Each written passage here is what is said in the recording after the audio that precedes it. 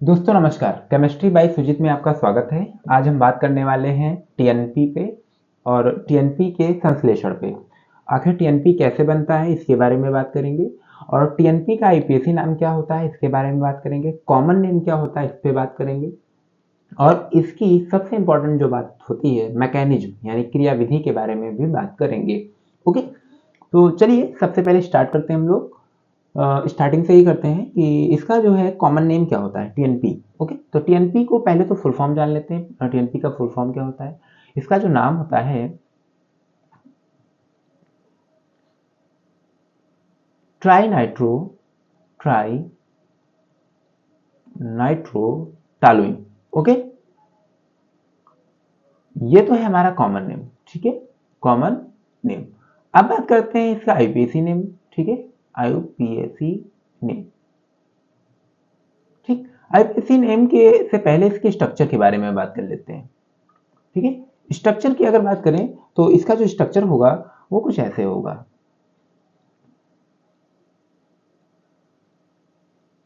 Okay, ये benzene हो गई, यहां पर NO2 ग्रुप,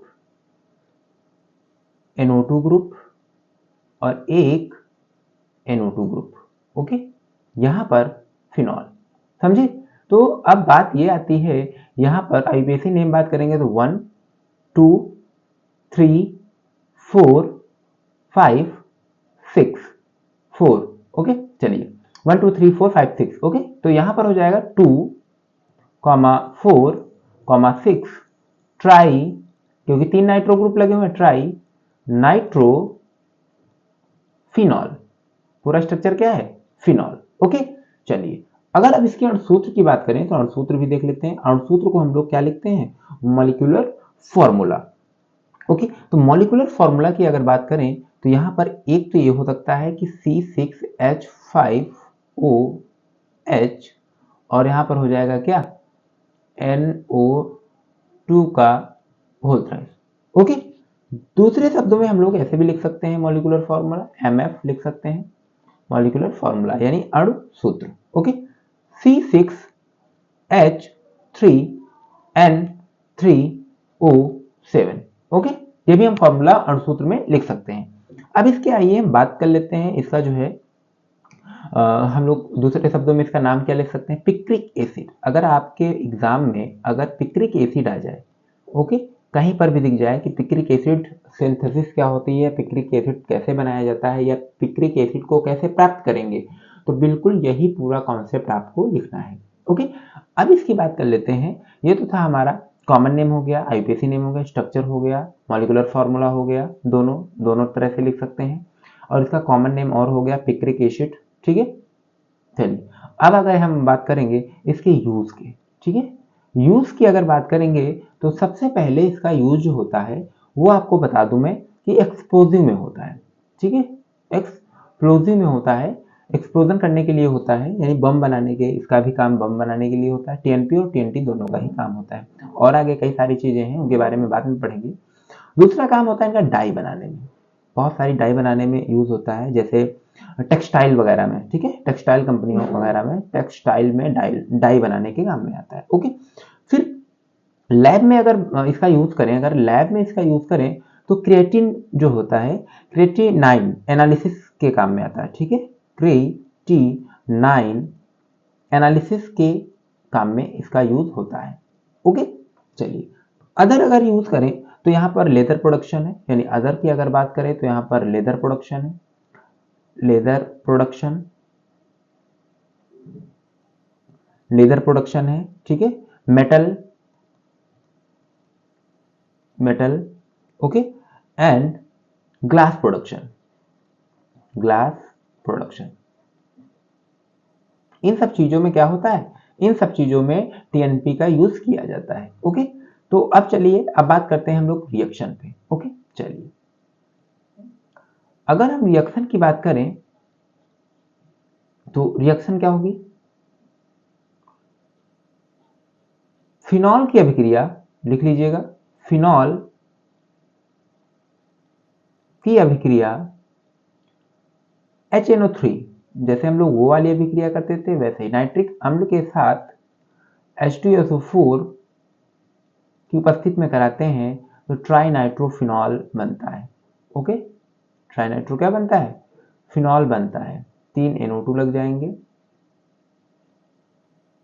ट्राइनाइट्रोफिनॉल बनता है। ओके, प्लस 3 भाग पानी का निकलता है। ओके, तो ये तो हमारी रही अभिक्रिया। अब ये तो हमारा होता है फिनॉल। ओके, ये हमारा होता है नाइट्रिक एसिड, ये होता है हमारा सल्फ्यूरिक एसिड, आप सभी लोग जानते होंगे। ये होता है ट्राइनाइट्रो TNP, ठीक है, और ये होता है हमारा वाटर, सभी लोग जानते होंगे। तो ये तो हमारी रही रिएक्शन। अब हम बात करते हैं, रिएक्शन आपने पढ़ ली है, अब बात करते हैं मैकेनिज्म की। ठीक है, तो चलिए मैकेनिज्म पढ़ लेते हैं। मैकेनिज्म की अगर बात करें तो चलिए बहुत तेजी के साथ पढ़ेंगे। तो मैकेनिज्म जैसे आपने टीएनटी की मैकेनिज्म देखी थी हमारे पिछले वीडियो में, अगर आपने पिछला वीडियो मेरा नहीं देखा है तो वहां पर जाके आप देख लीजिए। ओके, तो जैसे ही आप मेरा पिछले वीडियो में टीएनटी की मैकेनिज्म देखी थी वैसे ही सेम यहाँ पर होने वाली है। ओके, तो चलिए स्टार्ट करते हैं। स्टेप फर्स्ट में क्या होगा, जो HNO3 है ये टूटेगा OH माइनस एंड यहाँ पर क्या टूटेगा NO2 प्लस में। ओके, अब क्या होगा, H2SO4 यहाँ पर क्या होगा, H2SO4 टूटेगा H प्लस में और यहाँ पर HSO4 माइनस में। ठीक है, यहाँ पर O नहीं, जो आगे मैंने O लगा दिया है वो नहीं है। ठीक है, तो चलिए HSO4 माइनस में। ओके, समझ में आ गया ना। अब क्या होगा, ये रिएक्शन जो होती है 3 टाइम होती है। जैसे 3H2O है तो 3H2SO4 होगा, और H2SO4 एज अ कैटलिस्ट के फॉर्म में यूज हो रहा है, यानी यहाँ क्या हो रहा है, ये एज अ कैटालिस्ट है। कैटालिस्ट का काम क्या होता है, रेट ऑफ रिएक्शन को फिर से बता देता हूँ। कैटालिस्ट का काम होता है रेट ऑफ रिएक्शन को क्या करना, इंक्रीज करना, but do not participate in this reaction. Okay, चलिए अब बात करते हैं, क्योंकि सिर्फ जो कैटलिस्ट का काम होता है एज अ प्रमोटर का काम होता है, एज अ रिएक्शन को प्रमोट करते हैं। मतलब जो रिएक्शन 3 घंटे में 4 घंटे में हो रही होगी वो रिएक्शन 1 घंटे में हो जाएगी, कुछ ऐसा आप मान लीजिए। ठीक है, तो प्रमोट करते हैं, रेट ऑफ रिएक्शन को इंक्रीज कर देते हैं, बहुत तेजी के साथ रिएक्शन होती है। चलिए, तो यहाँ पर हमको क्या मिल गया, OH माइनस मिल गया और ये मिल गया हमारा NO2 प्लस। ओके, तो चलिए स्टार्ट करते हैं हम स्टेप फर्स्ट में। स्टेप फर्स्ट में जैसे हम लोगों ने किया था वैसे ही करेंगे। तो चलिए सबसे पहले क्या आएगा, फिनॉल आएगा। फिनॉल का स्ट्रक्चर बनाते हैं। ठीक है, ये बॉन्ड लगाते हैं और यहाँ आ जाएगा फिनॉल। ठीक है, ऐसे हम लोगों ने फिनॉल बना लिया। फिनॉल को क्या करेंगे, फिनॉल टूटेगा। अब देखिए ध्यान दीजिए, फिनॉल जैसे ही टूटेगा तो ये ऑक्सीजन क्या करेगा, ऑक्सीजन, अब इसमें सब केमिकल पड़ा हुआ है, मतलब नाइट्रिक एसिड भी पड़ा हुआ है, H2SO4 भी पड़ा हुआ है। तो जैसे ही यहाँ क्या करेगा, ऑक्सीजन के टूवर्ड्स क्या करेगा, इलेक्ट्रॉन ऑक्सीजन खींचेगा और H प्लस निकल जाएगा। जैसे ही H प्लस निकल जाएगा यहाँ पर इनकी एक स्ट्रक्चर बनेगी और वो स्ट्रक्चर होगी कुछ ऐसे। ओके, देखिए यहाँ पर O हो जाएगा और यहाँ पर माइनस। ओके, चलिए अब जैसे ही ये बना तो इसको, इसका जो नाम होता है, ठीक है आप समझ लीजिए, इसका नाम जो होता है फिनॉक्साइड आयन, फिनॉक्साइड आयन। ठीक, फिनॉक्साइड आयन ये हमने पहले भी पढ़ा था और अभी भी पढ़ रहे हैं। ठीक है, एक इसका स्ट्रक्चर और बनेगा, जब ये माइनस है, माइनस क्या आएगा, यहाँ से उतरेगा यानी टुवर्ड्स कार्बन की तरफ, और ये ब्रेक होगा बॉन्ड। ओके, जैसे ही ये स्ट्रक्चर बनेगा तो नया एक स्ट्रक्चर बनेगा जो इसका होगा रेजोनेटिंग स्ट्रक्चर। यहाँ डबल बॉन्ड बन जाएगा और यहाँ हो जाएगा माइनस। ओके, यहाँ पर बन जाएगा 2 बॉन्ड। अब देखिए कैसे, देखिए ये वाला बॉन्ड टूटा, जैसे ही ये बॉन्ड टूटा टूवर्ड्स टूट रहा है इस कार्बन के, जैसे ही ये इस कार्बन पे टूटा तो यहाँ पर आएगा माइनस और यहाँ आ जाएगा प्लस, प्लस और माइनस मिलकर के क्या हुए, डबल बॉन्ड बना लिया। ठीक है, तो ये डबल बॉन्ड बन गया, यहाँ माइनस आ गया। We know that each carbon have 1 hydrogen atoms.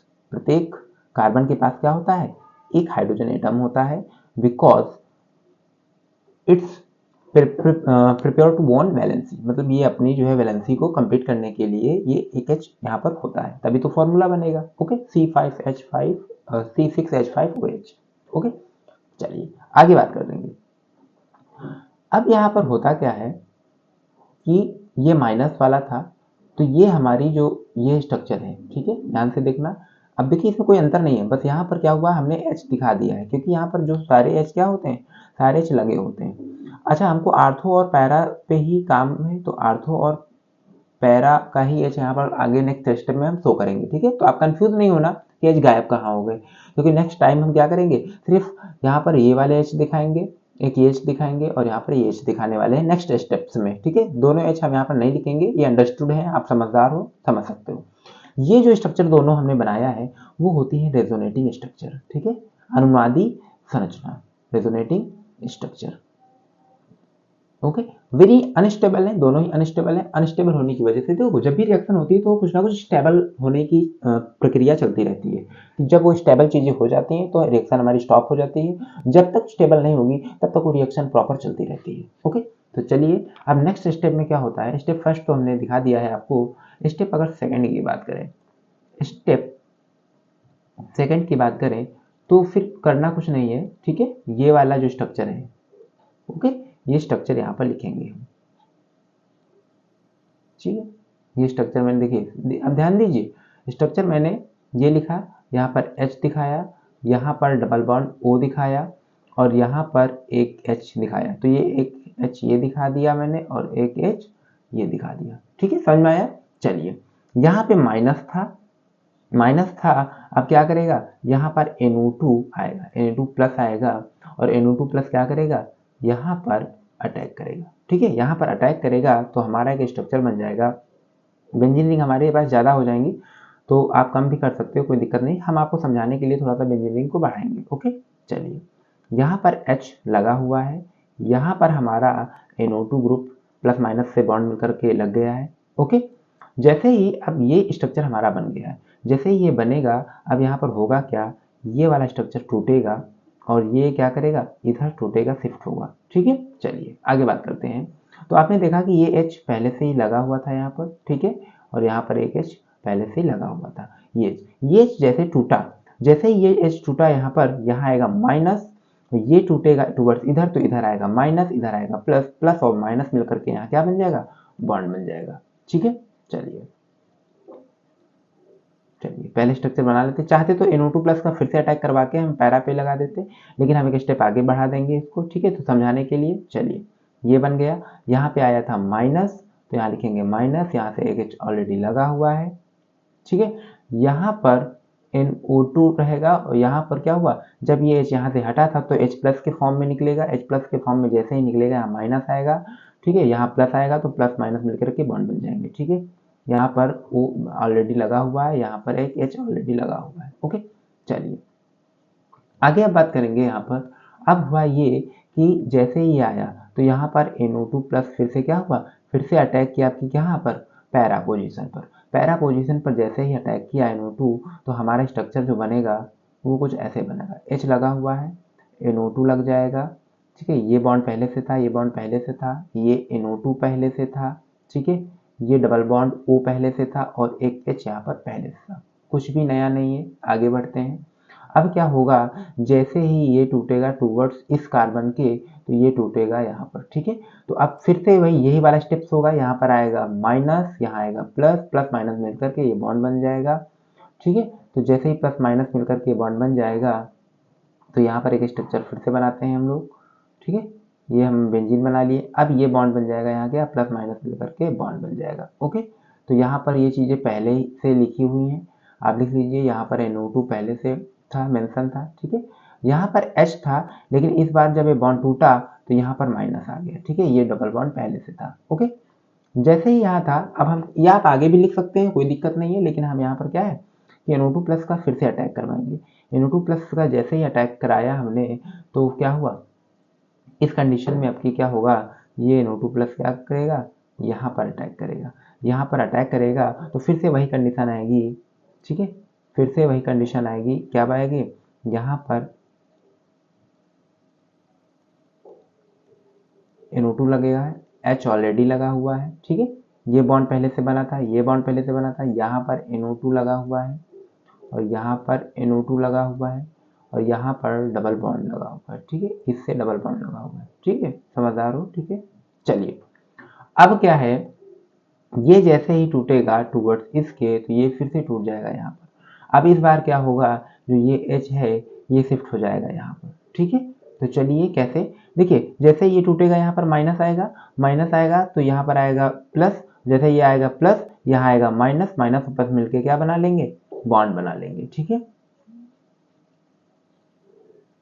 चलिए यहाँ पर एक बॉन्ड बन गया प्लस और माइनस, देखिए ये वाला टूटा यहाँ पर, तो इस पर आएगा माइनस, इस पर आ जाएगा प्लस, ठीक है, प्लस और यहाँ पर ये आ जाएगा माइनस, तो प्लस और माइनस मिलकर के क्या हो गया, बॉन्ड बन गया। ये पहले से बॉन्ड थे, यहाँ पर एक ऑर्थो पोजीशन पे पहले से था, यहाँ पर पहले से था, ठीक है। अब यहाँ पर NO2 क्या था, पहले से था। चलिए N है यहाँ पर, ठीक है, मैं बोल रहा हूँ बोलने पे जाइएगा, ठीक है, NO2 था। और यहाँ पर जो था, अब ये वाला H क्या हुआ, यहाँ पर शिफ्ट हो गया तो O माइनस था, H प्लस जाएगा तो फिनॉल बन जाएगा। अब ये हमारा स्ट्रक्चर जो पूरा बन गया है वो क्या बन गया है, TNP। ओके, तो आशा करते हैं वीडियो आपको समझ में आया होगा और मैकेनिज्म समझ में आई होगी। और वीडियो को शेयर करना बिल्कुल ना भूलें, लाइक करना बिल्कुल ना भूलें और चैनल को सब्सक्राइब करना तो बिल्कुल ना भूलें। धन्यवाद।